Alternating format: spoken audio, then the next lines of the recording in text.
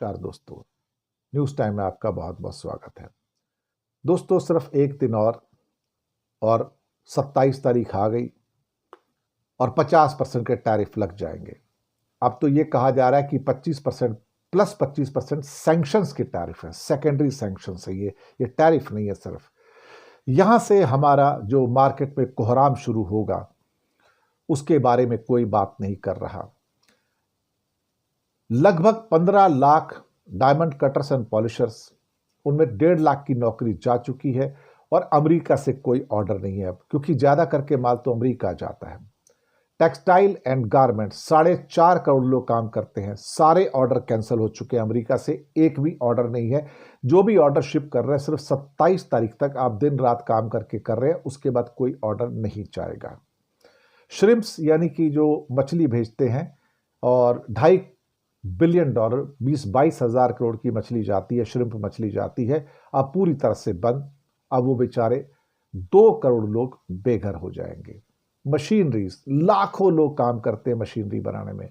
Chemicals, carpet के अंदर 20 लाख लोग काम करते हैं और 80% व्यापार सिर्फ अमेरिका का है। लेदर, वहां भी अधिकतर व्यापार वहीं का है। आप क्या करोगे साहब?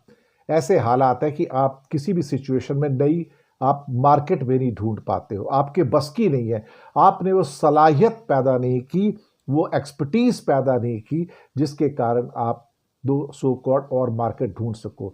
मैं आपको एग्जांपल देता हूं कि हमारी इनएफिशिएंसी कितनी बुरी है कि जापान के अंदर हमारे लिए एक सहूलियत है कि हमारे जो गारमेंट्स हैं जापान में 0% टैरिफ पे जाएंगे, 0%, और कई साल से है, और हम कुछ नहीं वहां भेज पाते। इससे पता लगता है कि दुनिया में अगर 0% भी टैरिफ हो जाए कहीं पे, तो भी हम हो सकता है अपनी जो लोअर एफिशिएंसी है उसके द्वारा हम वहीं खड़े रहेंगे जहां पहले। हम तो बांग्लादेश भी नहीं बन पाए, वियतनाम भी नहीं बन पाए, और चीन बनने की तो बात ही भूल जाओ। लेकिन इन 10 करोड़ लोगों का क्या होगा? क्या बीजेपी आरएसएस इसकी चर्चा करते हैं? क्या किसी टेलीविजन न्यूज में, गोदी मीडिया में इसकी चर्चा है कि 10 करोड़ लोगों की नौकरी का क्या होगा? क्या किसी ने पूछा कि इनके सिर्फ एक दिन के बाद इनके ऊपर कोहराम मचेगा, इनके ऊपर एक, क्या कहते हैं कि एक पहाड़ टूटने वाला मुसीबतों का, और इनकी दिवाली काली दिवाली होगी और उसमें दियों में तेल नहीं होगा? किसी ने सोचा? नहीं, किसी ने नहीं सोचा। किसको फुर्सत पड़ी है सोचने की? कोई क्यों सोचेगा? देश राष्ट्रवाद की चटनी खा रहा है, राष्ट्रवाद की चाष्टी में नहा रहा है, हिंदू मुसलमान कर रहा है, जय श्री राम कर रहा है। जय श्री राम करने से रोटी नहीं मिलती साहब, रोटी नहीं मिलती। जय श्री राम करो या जय माता दी करो या जय सिया राम करो, उससे आपको रोटी नहीं मिलेगी साहब। रोटी आपको उस काम से मिलेगी जिस काम का आपको सो कॉल्ड एक्सपोर्ट होता है सारा का सारा अमेरिका को। $60 बिलियन का एक्सपोर्ट मिट्टी में चला गया, और ये और ज्यादा बड़ी सैंक्शंस लग गई तो हम तो ना घर के रहेंगे ना घाट के। सच बात तो यह है कि मोदी ने ना हमें यहाँ का छोड़ा ना वहां का छोड़ा, ना घर का छोड़ा ना घाट का छोड़ा। ये आदमी ना अमेरिका के सामने खड़ा हो पाया, ना चीन के सामने, ना रूस के सामने, ना आत्मसम्मान ले पाया, ना सम्मान ले पाया। कुछ भी इसके बस की नहीं था। सबके सामने घुटने टेक टेक के हमारा सम्मान गवा दिया, देश का सम्मान गवा दिया। सत्ता की हवस बीजेपी को इतनी ज्यादा कि लोग मरते हो तो मर जाएं, किसान मरते हो तो मर जाएं, मछुआरे मरते हो तो मर जाएं, मजदूर मरते हो तो मर जाएं, क्या फर्क पड़ता है? सत्ता बरकरार रहनी चाहिए। और एक दिन के बाद जो कोहराम टूटने जा रहा है, कोई फिक्र नहीं।